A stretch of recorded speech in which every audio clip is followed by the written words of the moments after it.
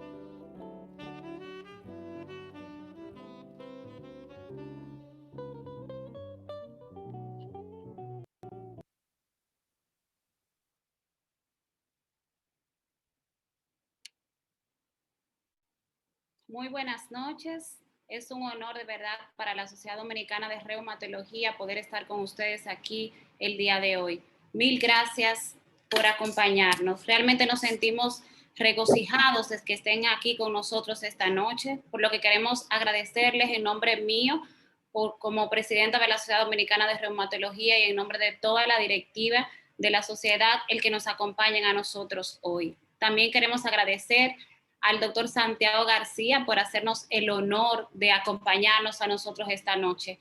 Y también queremos darle las gracias a las casas comerciales que han hecho posible que podamos reunirnos aquí hoy. Queremos darle las gracias a Cardiotech, al laboratorio Megalac con su marca Dexadia, también para Iberofármacos, Robert y Panalab, y para Suet y Fargesa el apoyo que siempre hemos recibido. Realmente nos sentimos muy regocijados. Muchísimas gracias a ustedes por el apoyo de siempre. Y hoy sabemos que vamos a tener un gran evento donde todos recibiremos un banquete de conocimientos. Muchísimas gracias por acompañarnos esta noche y los dejo ahora en manos de nuestro moderador de la noche, quien será el doctor Pablo Camilo. Muchísimas gracias. Bienvenido, doctor. Buenas noches para todos. Realmente yo creo que tenemos un filete, un plato fuerte. Sí. De la verdad. Hoy nos va a nutrir con sus amplios conocimientos en el área el doctor Santiago García. El doctor es egresado de la Universidad Católica Madre y Maestra. Tiene una especialidad en medicina interna y cardiología en el Hospital Cabral Ibáez. Y posteriormente hizo una subespecialidad en paciente crítico cardiovascular en el Instituto Nacional de Cardiología Ignacio Chávez en la Ciudad de México. Actualmente fue director médico actualmente director médico del Centro Cardiovascular HOMS. Es miembro de sociedades como la de Medicina Interna, la Sociedad Dominicana de Cardiología, Medicina Crítica Dominicana y es miembro internacional del American College of Cardiology. Sin más preámbulos, con ustedes el doctor Santiago García, que nos va a aclarar muchos puntos que tenemos relacionados con su especialidad. Adelante, Santiago. Sí, buenas a todos. Quiero en primer lugar agradecer a la Sociedad de Reumatología la invitación para compartir esta actividad y muy especial a la doctora Josielten. Ciertamente, y a todos ustedes, ¿no?, por la presencia virtual. Ciertamente hablar de riesgo cardiovascular y enfermedad reumática es un tema atractivo siempre, por varias razones, porque los escenarios en los que nosotros nos desempeñamos día a día en nuestra consulta y en nuestro trabajo diario,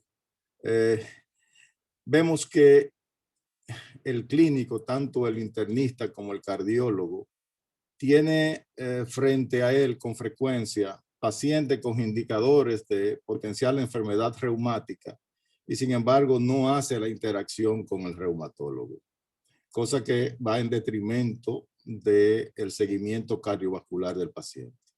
El otro escenario es el paciente que se hace tan dependientes a veces del médico internista o el cardiólogo que por más que se le insista, pues a veces rechaza ir al reumatólogo.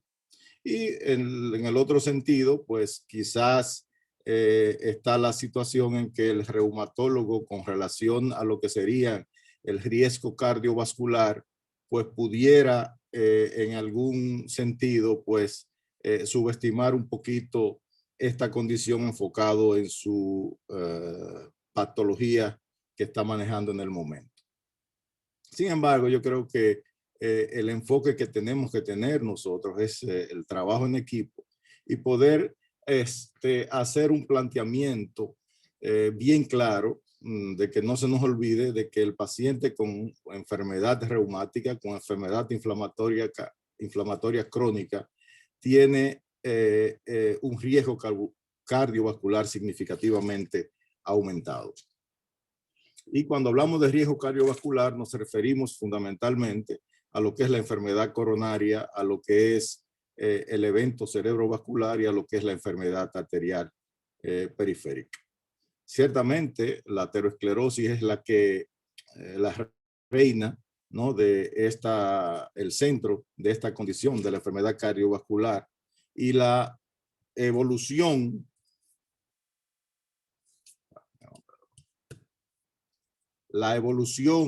hasta actualmente con relación a valorar la enfermedad cardiovascular, pues ha cambiado significativamente en lo que es el entendimiento de la enfermedad aterosclerótica, donde en el pasado estaba enfocada la génesis de esta condición a lo que es la enfermedad infiltrativa o la enfermedad trombogénica.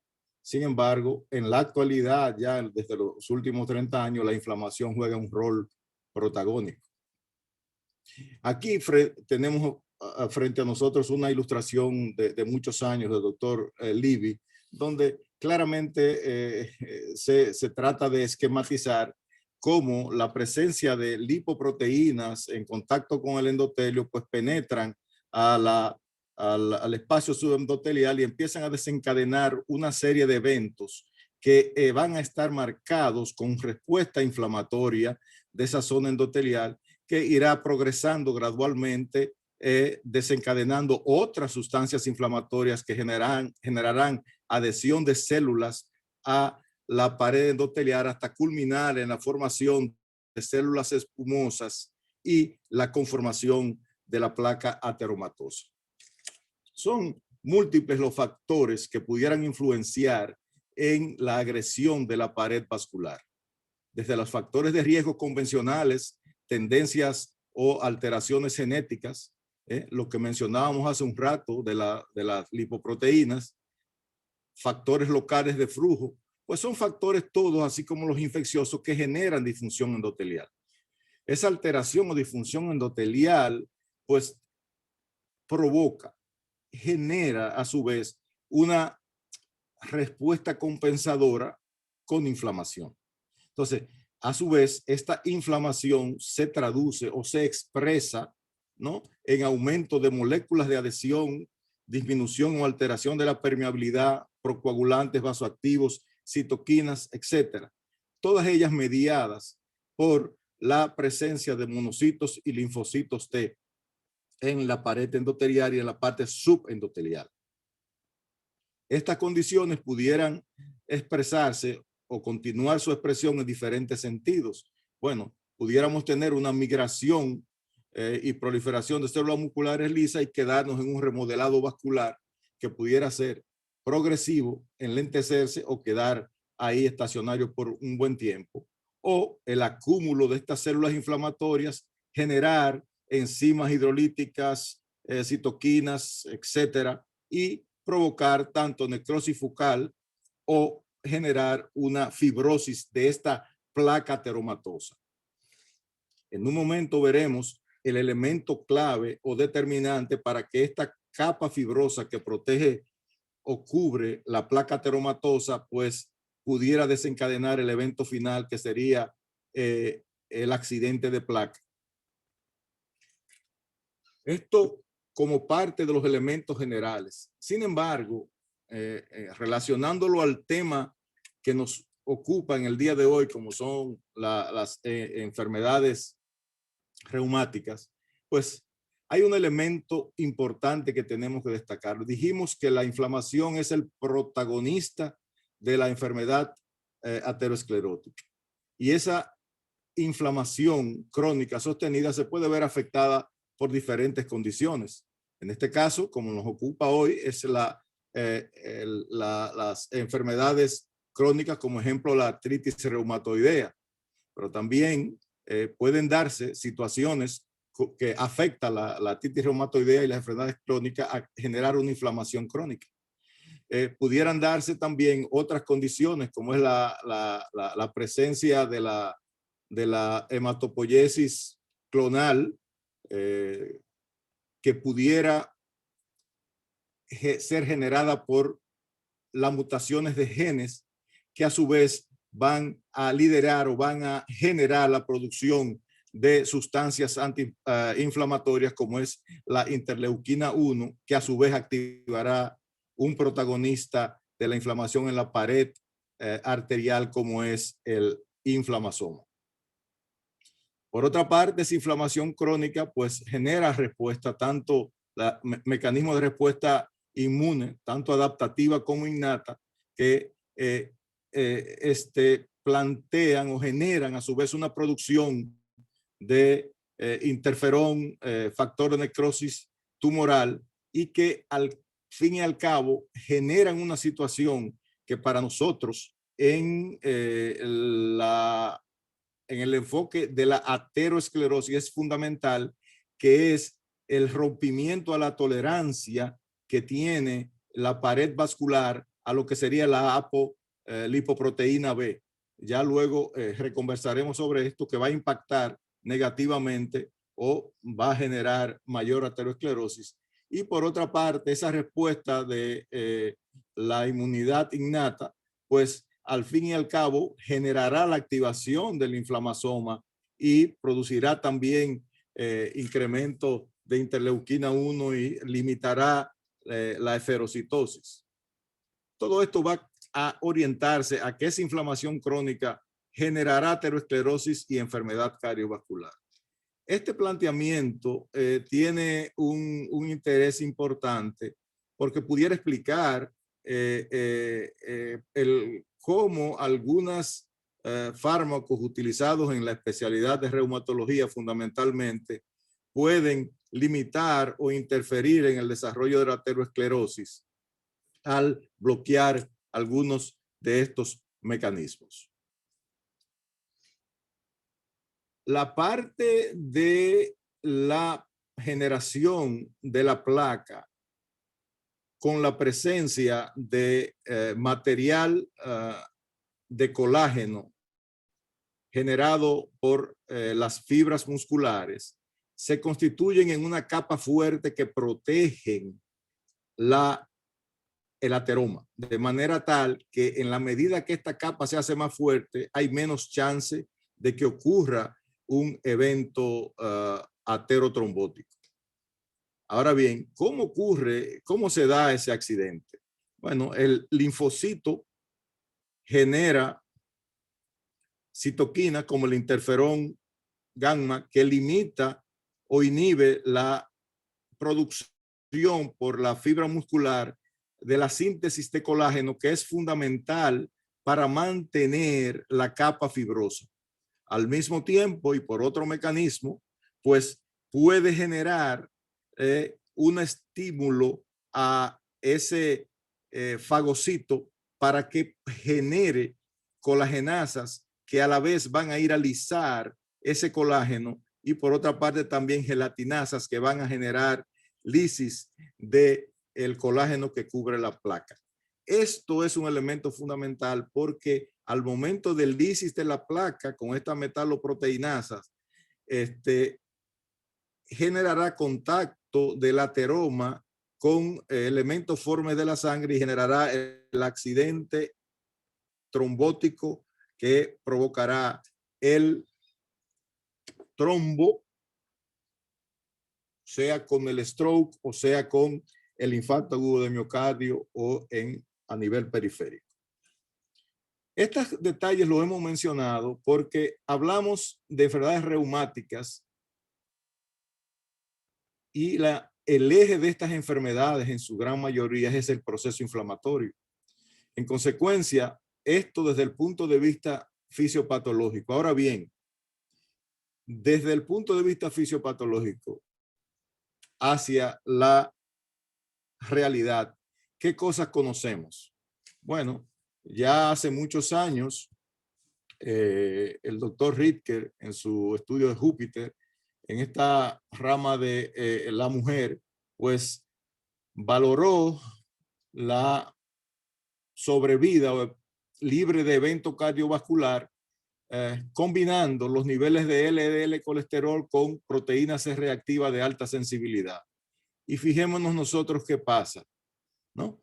El grupo de pacientes con LDL alta, con baja proteína C reactiva de alta sensibilidad, tenían más chances de estar libres de eventos que aquellas mujeres que tenían bajos niveles de colesterol, pero altos niveles de proteína C reactiva de alta sensibilidad, planteando que la inflamación jugaba un rol más determinante que el nivel de la lipoproteína por sí misma. También recordamos no hace tantísimo tiempo el estudio Cantos con un buen volumen de número de pacientes, con un seguimiento de unos 3 años, 3.7 años, donde este estudio mostró que la dosis de canakinumab a la dosis de 150 miligramos mostró una clara tendencia a disminuir tanto el endpoint primario como infarto, stroke no fatal y muerte cardiovascular, así como la hospitalización, la angina inestable con requerimiento de revascularización urgente. Son indicadores que nos pueden decir que inhibir o controlar la inflamación puede disminuir los eventos cardiovasculares. Y recientemente hay esta publicación de un metaanálisis del uso de colchicina en los pacientes con enfermedad coronaria, unos 5 estudios con unos 11,000 pacientes, y donde se destaca que se logra disminuir el 22% de infarto, 46% del stroke, y no 33, sino un 23% la revascularización coronaria, aunque no tuvo ningún impacto significativo en la muerte cardiovascular. Y aquí otra vez se hace un planteamiento de que los potenciales mecanismos tienen que ver necesariamente con la inhibición de la activación del inflamasoma o disminución de lo que sería el componente inflamatorio en sentido general. Ahora bien, ¿qué pasa con los pacientes con la enfermedad reumática? En este caso, enfocados fundamentalmente a artritis reumatoidea, lupus, espondilitis anquilosante y la psoriasis articular. Bueno, ¿qué pasa con la mortalidad y la morbilidad cardiovascular? Y otro elemento también, la manifestación subclínica, la expresión subclínica de la enfermedad cardiovascular, que vamos a tratarla de manera detallada.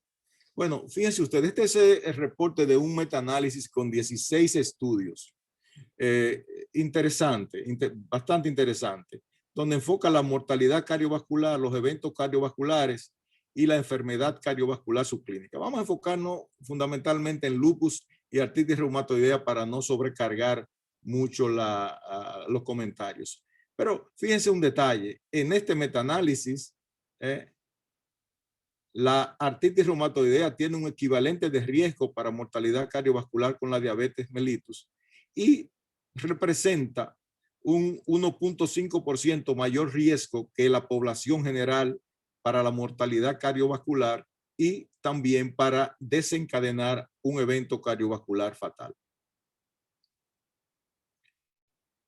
El lupus, por su parte, de 2 a 3 veces mayor mortalidad, riesgo de mortalidad cardiovascular, llegando a ser hasta, en alguna serie, hasta de 16 veces más que la población sin esta patología. En el evento cardiovascular, como es la enfermedad coronaria, vuelve la artritis reumatoidea con un dato similar, equivalente a la diabetes mellitus, y esa relación de hasta 2 veces más el ratio para infarto agudo de miocardio. El lupus, de una manera escandalosa, pues aparece de 2 a 3 veces, pero puede llegar a ser hasta 52 veces en las mujeres jóvenes. Esto es muy importante porque a veces nos encontramos con mujeres jóvenes lúpicas que descuidamos la valoración, lo digo por la parte cardiológica, ¿no? Del riesgo de evento cardiovascular. Y recientemente le puedo decir que esta semana tenía que hacer una justificación brutal al seguro para que me cubriera, le diera cobertura a una paciente que le estaba solicitando el score de calcio. Con relación al stroke, bueno, pues similares las dos. Y esta es una parte importante, la manifestación subclínica de la enfermedad cardiovascular. Porque este debe ser el momento de intervención nuestro, ya que cuando tenemos un evento cardiovascular, vamos a decir que hemos prácticamente fracasado, si ha estado en nuestras manos la posibilidad de prevenir. Y las herramientas sugeridas para esta valoración o que fueron estudiadas o valoradas en este metaanálisis, está la parte de el índice, la relación íntima media de la carótida, ¿no? La velocidad de onda de pulso, el flujo mediado, la distensibilidad mediada por flujo, también la expansión de la aorta o la presión aórtica y la presencia de placas o no. Aquí le podrá llamar a ustedes la atención de que no aparece el score de calcio para valorar enfermedad subclínica. Lo que ocurre es que esta es una publicación de 2018 y la indicación 2A para el score de calcio y valorar enfermedad subclínica apareció en el 2019. Entonces, todas estas variables están aumentadas en los pacientes con enfermedad reumática. Tan aumentada la que es la distensibilidad, pues estará disminuida de los vasos. Entonces, ese es el momento o las herramientas que nosotros debemos tratar de utilizar para estos pacientes. Los riesgos clásicos de los pacientes con enfermedad reumática, bueno, pues claro, lo de la hipertensión, la resistencia a la insulina, que en el caso de la artritis parece, o señalan o destacan que esté mediada por la presencia o los niveles de factor de necrosis tumoral y la interleuquina 6. Y aquí otro detalle importante y es que cambios oxidativos en la estructura de la HDL. Eso es importante, ¿por qué? Porque podemos tener niveles de HDL altos o adecuados. Sin embargo, ¿cómo conocer o saber la funcionalidad de esa HDL para el transporte reverso del colesterol? Entonces, esos cambios son de los que impactan negativamente también pues, al paciente. Con relación a la paradoja lipídica en los pacientes con enfermedad reumática, quizás lo que tendríamos que considerar y valorar es la implementación en nuestro screening de laboratorio de lipoproteína A chica y ApoB que nos pueden orientar de manera más objetiva a diferencia de los niveles de LDL en aquellos pacientes que están lo suficientemente bien controlados en la parte pues inflamatoria.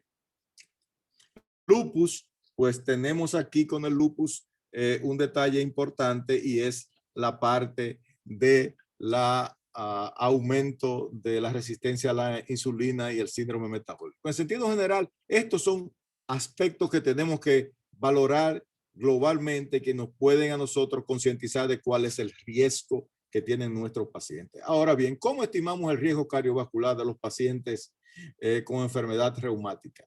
Bueno, hasta ahora no aparece en la literatura validado un score que sea lo suficientemente objetivo. Les daré la impresión que personalmente tengo y la sugerencia que puede ofrecer el EULAR como institución que pueda sugerir detalles. De todas maneras, en la cardiología o en la medicina existen estos diferentes scores de los que escogí para valorar el riesgo cardiovascular a 10 años. De estos que están aquí señalados, el único que incluye la proteína C reactiva como criterio para tratar de discriminar es el score de Reynolds, pero sin embargo, aún con agregar esto, no discrimina suficientemente entre una condición inflamatoria u otra. El Q-RISK 3 es quizás, y ahorita lo voy a plantear, es quizás el más interesante para lo que son la valoración del riesgo cardiovascular para las enfermedades reumáticas. Vamos a ver 3 de estos scores. Bueno, el score que utilizado más universalmente es este que presento aquí, que contempla fundamentalmente cuáles variables: el sexo, el tabaco, la edad, el colesterol y la presión arterial sistólica. De manera tal que no es difícil que calculemos que un paciente que tenga 55 años, que tenga un colesterol en 250 y que tenga una presión en 160, tendrá un riesgo de un 7% a 10 años. Entonces, ese porcentaje de riesgo establecerá la conducta que debamos nosotros llevar. Está el otro riesgo del American College, que plantea, otro score de riesgo que plantea prácticamente los mismos parámetros y nos da un lineamiento en relación al porcentaje que ofrece el mismo calculador. Ahora bien, el score que entiendo y me imagino que es el que ustedes más preferirían o prefieren es el Q-RISK score. ¿Por qué? Porque es el único de los scores que están actualmente validados que incluye en sus parámetros de valoración la artritis reumatoidea, que incluye el lupus eritematoso y que además pondera si el paciente está utilizando esteroides o no. Un ejemplo aquí valorado donde se hacen los cálculos de que si tiene migraña, de que si usa esteroides, pues ese paciente tendría un 7.5% de riesgo a 10 años. Quise poner aquí a la derecha algunos datos que se desprenden de la base de datos utilizada por el Q-RISK, que señala que la migraña aumenta y que estas condiciones aumentan en estas proporciones los riesgos cardiovasculares. Esto entiéndanlo en riesgos relativos, naturalmente. Y destacar aquí este elemento de cuando señala esteroides. Cuando habla de señala esteroides, lo determina para dosis de esteroides que superen los 7.5 miligramos diariamente. Miren un ejemplo aquí de un paciente donde se destaca que es un paciente que usa esteroides y que tiene artritis reumatoidea. Correspondería a un paciente de 61 años, mujer, con fibrilación atrial, con tratamiento para la presión, con artritis reumatoidea, con esteroides, la relación colesterol HDL 4.1, presión 130, el rango de variación de variación estándar es de 5 y la estatura y el peso para calcular el índice de masa corporal. 27.7% de riesgo para evento vascular en los siguientes 10 años, cuando una población que fuera considerada normal para un grupo similar de pacientes, de personas como ella, fuera tan solo de un 4%. Ahora bien, ¿cómo tomar la decisión cuando tenemos la estratificación de riesgo del paciente? Bueno, lo primero que tenemos que tener en cuenta son los grupos etarios, ¿no? La presencia o no de diabetes del paciente y posteriormente, de acuerdo a lo que fuera la estratificación del riesgo, pues la toma de decisión. Ciertamente, todos los enfoques están dados para los pacientes de riesgo intermedio y riesgo alto. ¿A qué me refiero? Bueno, que a este grupo de pacientes es el grupo de pacientes donde se establece mayor esfuerzo para su manejo y medidas higiénicos, dietéticas y restricciones. Sin embargo, este grupo borderline es un grupo que tiene una importancia fundamental.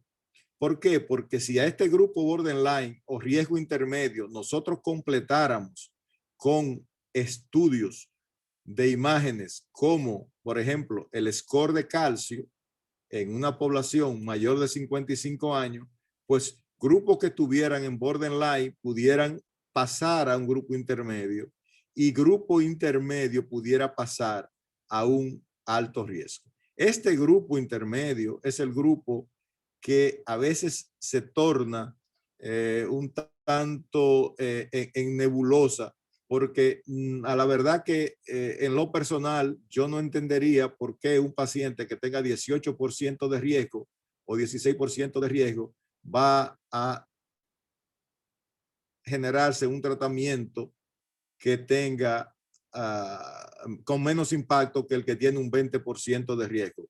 Habrá alguna variación estadística, pero el impacto es el mismo. ¿Qué pasa con ese grupo? Bueno, quise traerlo de la posibilidad de que hagamos imágenes para poder, tanto a los pacientes no reumáticos como a los reumáticos, de que hagamos diferentes estudios de imágenes. Bueno, en este caso, pues el score de calcio se constituye en una herramienta interesante e importante porque ya en este estudio multirracial, pues MESA, pues demuestra claramente que a mayor score de calcio, mayor cantidad de vasos afectados y también mayor número de eventos cardiovasculares.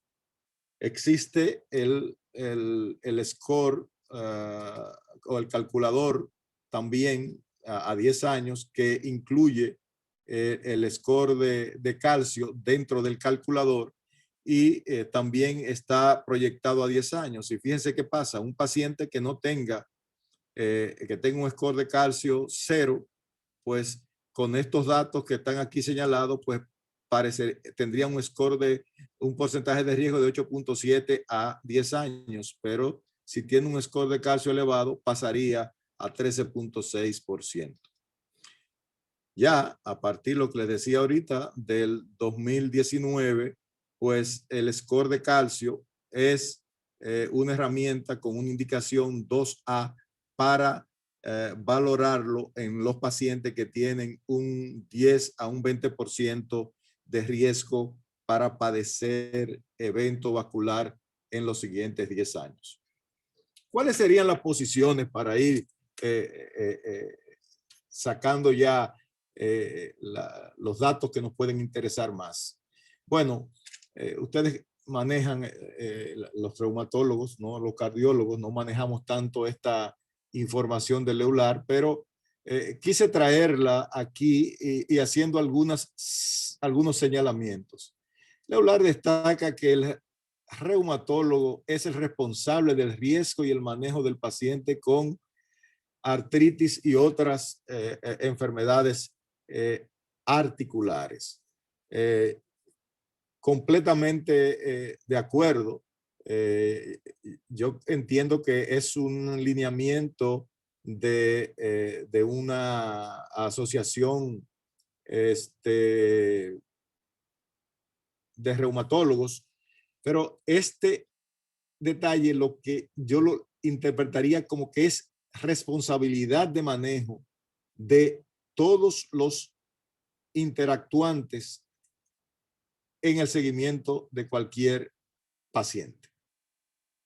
Otro elemento importante que sugieren, y esto era lo que quería mencionar desde ahorita, que como no tenemos una validación no teníamos, eso fue en el 2016, el anterior del 18, para predecir el riesgo cardiovascular en el paciente con artritis reumatoidea u otras enfermedades reumatológicas, pues la sugerencia es multiplicar el porcentaje de riesgo a 10 años por 1.5 y ese sería el riesgo para el paciente que reumatológico con relación al que no tiene enfermedad reumática. Y por otra parte, ese riesgo cardiovascular es implementado de acuerdo a los alineamientos para otras condiciones. Con relación al manejo de esos riesgos, de ese riesgo cardiovascular, pues quería comentarles que con relación a la selección de los antihipertensivos, pues la propuesta sería que empecemos con bloqueador del sistema renina-angiotensina y bloqueador o antagonista de calcio o diurético en este grupo de pacientes con condición reumática. Algunas puntualizaciones con relación al riesgo cardiovascular en los pacientes que requieren estatina, pacientes con enfermedad reumática, y es que debemos empezarla con el mismo planteamiento que la población general. Y en aquellos pacientes de más edad, valoremoslos y ponderemos bien. Esos pacientes que tengan más de 75 años o más, la sugerencia es que si no tiene una expectativa de vida mayor a 5 años, es preferible pues no utilizarlo, excepto que sean pacientes ya de edad avanzada que tengan una condición como la angina de pecho no de difícil tratamiento. Con relación a estatinas, si el paciente es intolerante a estatina, pues tendrá que utilizarse pues la ezetimibe de manera individual. En los casos de hipertrigliceridemia, es igual el manejo, pero destacar que cuando tengamos que combinar la estatina con el fibrato, es preferible que utilicemos el fibrato en horario de la mañana y la estatina en horario de la tarde para disminuir los riesgos de miopatía en sentido general. Ya terminando, en 2 minutos más, quería mostrarles esta publicación, quizás muchos ya pues la manejarán, pero sí una valoración de riesgo cardiovascular y estratificación y medidas preventivas para los pacientes con lupus. Fíjense ustedes que divide en 2 edades, menos de 40 a 75, valorar los mismos factores de riesgo de la población utilizando el score, el Framingham, el score o el Q-RISK 3.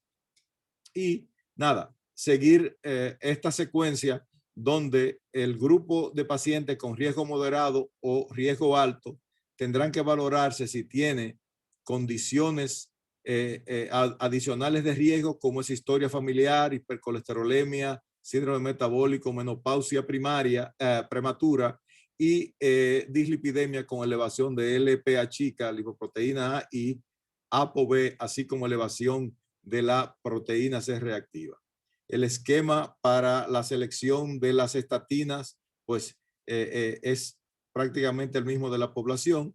Y sí destacar un detalle, que para los pacientes con lupus que tengan un riesgo moderado o un riesgo alto, el tratamiento para la hipertensión deberá instaurarse siempre y cuando la presión sea superior a 130/80, teniéndola como meta el menos de 130/80, a diferencia de los pacientes que tengan bajo riesgo, que será iniciar el tratamiento en aquellos pacientes que tengan más de 140/90.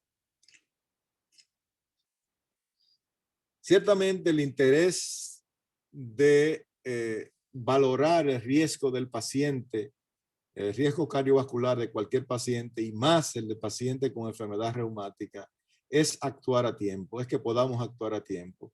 Y esta secuencia aquí trata de ilustrar ese detalle. Quizás esto es lo más importante.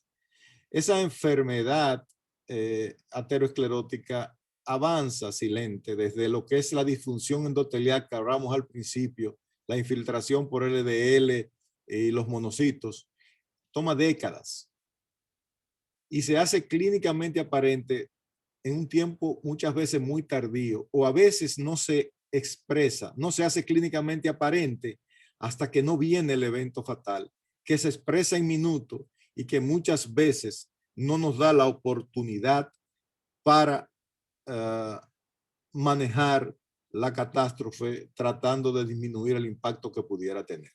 Yo creo que esta es un mensaje importante que quisiera y que siempre me interesa transmitir. Problemas con la valoración de la estratificación de riesgo, que toma tiempo.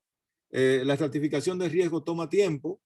En promedio, estratificar el riesgo de un paciente de una manera adecuada, consciente, no es solo entrar al calculador y marcar y ver. Implica mucho más variables, implica agregar, valorar imágenes, valorar factores agregados que no están en el calculador. Evaluarlo toma 10, 15 minutos y todos estamos trabajando con prisa y llegamos a una situación en que valoramos que este tiempo invertido no se nos retribuye. Consecuencia, tenemos unas posiciones un poquito débiles frente al manejo que debemos tener desde el punto de vista profesional. Tanto es así que hace unos 20 años, 15 años, la Sociedad de Cardiología, encabezada en ese momento la idea por el doctor Rafael Pichado, planteaba que se comunicara que la evaluación o la estratificación de riesgo cardiovascular al paciente fuera una herramienta implementada y que se retribuyera, al igual que se retribuye hacer cualquier consulta o cualquier procedimiento, cosa que naturalmente cayó al vacío. Para concluir, quiero mostrar esta diapositiva que integra prácticamente todo lo que hemos tratado de conversar aquí en este momento. Y es que la relación entre la enfermedad cardiovascular y la enfermedad reumática, es por sí misma una entidad, es una cardiorreumatología, como en muchos lugares ya como concentración o especialidad, pues la tienen. Es un escenario muy amplio, es un reto y de mucho desarrollo y rápido desarrollo en la actualidad, tratando de detectar marcadores tempranos que están siendo validados. ¿Y por qué es así? Porque teniendo como centro, en este caso, la enfermedad cardiovascular, las diferentes entidades, lupus, esclerosis, etcétera, fíjense cómo se tratan de correlacionar con la enfermedad coronaria y otras condiciones cardiovasculares. Al igual lo hace la psoriasis, al igual lo hace la artritis juvenil, lo hace la vasculitis con estas condiciones. Entonces hay una interrelación directa entre estas condiciones. El otro elemento tiene que ver también con la parte cardiovascular, es el tratamiento. Y es cómo algunos tipos de tratamiento, como los inhibidores del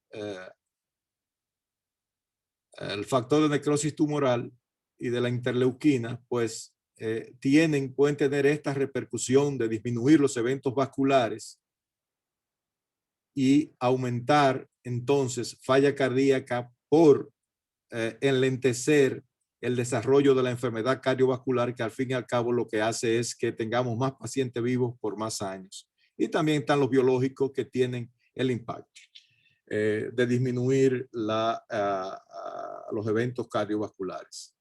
Los esteroides, como les decía, están aumentados y señalados aquí siempre y cuando la dosis sostenida sea por encima de los 7.5. Así que la motivación es que para que todos nos enfoquemos en evaluar el riesgo cardiovascular del paciente con enfermedades reumáticas, que saquemos el tiempo para ello, que reconozcamos y tengamos pendiente que es un grupo de población con un riesgo cardiovascular significativamente más elevado que la población general y significativamente más elevado que inclusive los pacientes con factores de riesgo convencionales. Muchas gracias.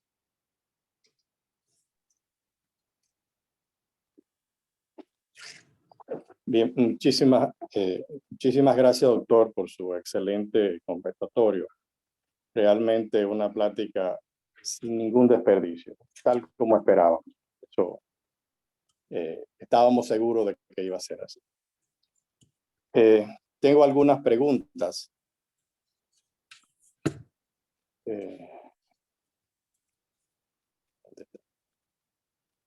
Se me fue la pregunta. No, aquí hay una. Doctor, en los pacientes con artritis psoriásica que están en tratamiento con metotrexato y que tienen hiperlipidemia de base, ¿cuál es su recomendación con el uso de estatina? ¿Uso continuo o en intervalos? Sí, ciertamente el seguimiento de esto va a estar determinado fundamentalmente, de acuerdo a las guías, a que le demos seguimiento a las pruebas de función hepática, de manera tal que siempre que la ALT no supere las 3 veces el límite superior del valor normal, podamos mantenerlo. En casos de que llegue a 3, debe ser suspendido. Esa es la primera premisa. Lo segundo es que estos pacientes podrán llevar tratamiento con estatina de manera intermitente y seguimiento con ALT. Bien. ¿Hay alguna guía de las cuales, cuáles niveles de presión y perfil de lípido específica o objetivo a lograr con estos pacientes? Señalaste 130 de sistólica hacia abajo. ¿Y de lípidos? Sí, mira, es una pregunta muy interesante. Te voy a decir por qué. Sí hay algunos señalamientos de guías al respecto. El detalle con esto está en que el seguimiento solo por lípidos es un poco confundidor, porque por ejemplo, tienes el paciente con artritis reumatoidea. Ese paciente cuando está en un brote, pues probablemente en ese brote los valores de LDL, que serían las referencias que tú manejas, pues lo que va a hacer es que va a generar unos niveles bajos de LDL y te pueden confundir. ¿Qué es la sugerencia que pudiéramos tener? Bueno, orientarnos más por HDL. Los niveles de HDL, las guías la establecen, tendría que hacer la multiplicación entre 1 miliosmol, 1.2 miliosmol para los hombres, para las mujeres, perdón, y 1 miliosmol o menos para el hombre. Siempre y cuando eso esté a esos niveles, hay que iniciar manejo. Para los pacientes que tienen hipertrigliceridemia, si tienen valores por encima de 150, hay que iniciar también el manejo. Así que esas son las herramientas que tenemos disponibles. Que no está tanto en las guías ni enfocado por valores. Sin embargo, está en los otros lineamientos, que se utilice los marcadores como los laboratorios como los valores de ApoB y lipoproteína A chica, que son los más los indicadores más objetivos de que el paciente está teniendo mucho impacto de las del perfil lipídico en la génesis de la aterosclerosis. Perfecto. Comenta la doctora Dina, excelente maestro. Entonces, estatina para todo el mundo con enfermedad autoinmune. Bueno, de acuerdo, estatina para todo el mundo, siempre y cuando no tengamos los inconvenientes que señalaba hace un rato. Así es. Otra pregunta, tomando en cuenta que el proceso inflamatorio aumenta el riesgo cardiovascular, ¿qué opina del uso de estatinas o fibratos aún con niveles adecuados de perfil lipídico? O sea, ¿estaría justificado pacientes que tienen niveles normales usar estatina o fibratos? Mira, claro que sí. Te voy a decir por qué. Porque señalé en varias ocasiones que el lupus, la artritis, son equivalentes a la diabetes mellitus en cuanto a riesgo de evento cardiovascular, a infarto agudo a miocardio, en cuanto a stroke. Y parte del arsenal en este grupo de pacientes debe ser la estatina. ¿Qué pasa con las estatinas? Lo que ocurre es que la recomendación para el uso de estatinas en estos pacientes son las estatinas liposolubles, que ahora mismo las estatinas liposolubles en el mercado dominicano solamente tenemos la rosuvastatina, no tenemos la pravastatina, ni tampoco tenemos la pitavastatina. No, perdón, la fluvastatina es la otra. No la tenemos. O sea, esas tres serían la de elección para esto. Ok. Otra pregunta, ¿iría un poco más enérgicamente? Todo paciente con inflamación crónica debe ser tratado enérgicamente en prevención primaria, más aún que en paciente diabético. Bueno, eso va a estar determinado por en la estratificación de riesgo. Si cae como riesgo intermedio o riesgo alto, debe ser estatinas de alta intensidad. Eso está lo suficientemente definido. Si es de bajo riesgo, pudiera ser estatina de baja intensidad. Entiéndase, para alta intensidad,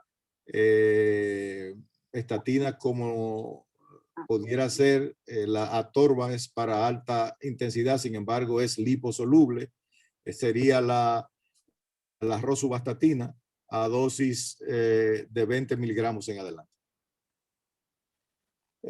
Comentan aquí que esperar a que el paciente tenga score de calcio positivo es quizás muy tardío.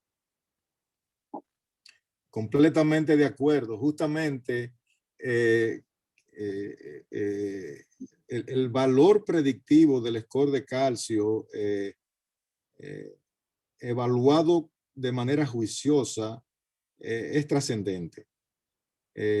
Ciertamente los indicadores que nosotros debemos tener como valoración de la enfermedad subclínica estarían, pasa que son muchas cosas a mencionar, estaría por ejemplo la valoración del índice tobillo-brazo, que sea menor a 0.9, esa es una herramienta importante.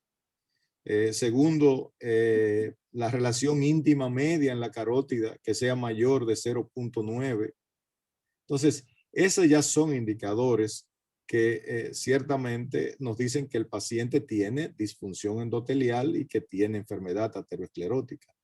Cuando hay la evidencia de la placa, sea a nivel carotidio, sea a nivel ilíaco o sea a nivel coronario, definitivamente tenemos una enfermedad establecida.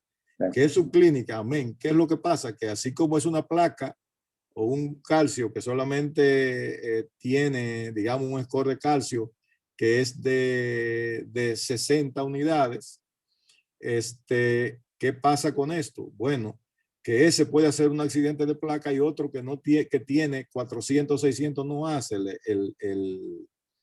el accidente de placa. Entonces, siempre que hay una placa, estamos atrás, estamos tarde.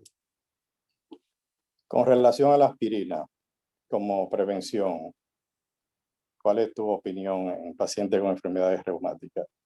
¿Se justifica el uso y en qué momento habría que introducirlo? Mira, volvemos nuevamente al mismo planteamiento. Sabe que el uso de aspirina ha sido de mucha discusión. El uso de aspirina en los pacientes con enfermedad reumática, aún en prevención primaria, son más beneficiosos que contraproducentes, cosa que no pasa con la población normal. Así que la aspirina puede ser una herramienta a usarse de manera rutinaria. ¿Hay algún estudio no invasivo que se pudiera realizar de forma temprana a estos pacientes para uno tener mayor precisión de cuándo enviarlo al cardiólogo, o debo enviar el paciente a valoración cardiovascular tan pronto lo reciba?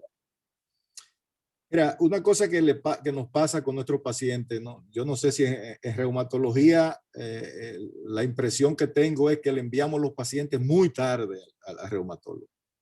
Y tradicionalmente lo que hace es, bueno, porque ya tengo 6 años, 7 años tratando una pobre señora de mediana edad, dándole todos los antiinflamatorios del mundo, y después déjame ver si el reumatólogo le encuentra algo. Pero óyeme, o sea, es un problema, ¿no? O sea, enviamos tarde el paciente al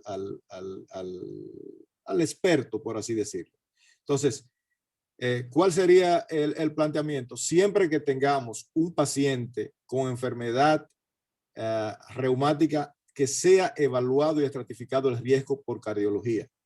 Y ese riesgo, como decía el señalamiento por el EULAR, debe ser valorado por el paciente, por el reumatólogo, y debe ser responsabilidad del reumatólogo también. Pero debe ser evaluado, sea por el reumatólogo o por el cardiólogo. Segundo, si no hay si cae dentro del grupo de bajo o mediano riesgo, evaluar el score de riesgo cada 5 años. Es la parte de los lineamientos. Y estudios a realizar, claro que sí. Hablamos del Doppler, hablamos del índice tobillo-brazo, hablamos de la sonografía arterial de miembros inferiores, ¿no? Y está también, no lo hacemos, pero la velocidad de onda de pulso. O sea, hay muchas herramientas para hacer esto. Perfecto. Muchísimas gracias, doctor. Bien. Creo que estamos sobre el tiempo. Excelente. Las dudas ya que queden, ya te las haremos llegar personalmente y les responderemos a los médicos de forma personal a través del chat de la sociedad. Muchísimas gracias, Santiago. Excelente presentación. Los dejo con la doctora Ten para despedir el evento. Muchísimas gracias. Muchas gracias, Pablo. Muchísimas gracias otra vez, doctor. Así como dijo el doctor Camilo, estamos muy contentos. La charla ha sido una charla donde todos nos vamos con un poquito más de conocimiento. Definitivamente un banquete hemos recibido la noche de hoy. Muchísimas gracias a usted y a todos los demás por acompañarnos. Gracias nueva vez a nuestros laboratorios que nos han patrocinado en la noche de hoy: Exadia, Sueti Farguesa, Iberofármaco, Cardiotech, Panalat y Rowe. Además, queremos invitarlos. Saben que la Sociedad Dominicana de Reumatología tenemos un amplio programa que queremos poder suplir, o más que suplir, poder desarrollar todas estas actividades. En mayo, el próximo 20 de mayo, tenemos el próximo simposio, el próximo webinar, que serán emergencias reumatológicas a las 6 de la tarde, donde tendremos varios, va a ser también virtual, de manera virtual, pero tendremos temas como arteritis de células gigantes, síndrome de riñón-pulmón. Vamos a tener también aquí síndrome antifosfolípido catastrófico, y vamos a hablar sobre todas esas emergencias reumatológicas que se nos presentan. Así que, de verdad, acompáñenos y muchas gracias por acompañarnos. Feliz noche y que nos vemos pronto. Muchas gracias.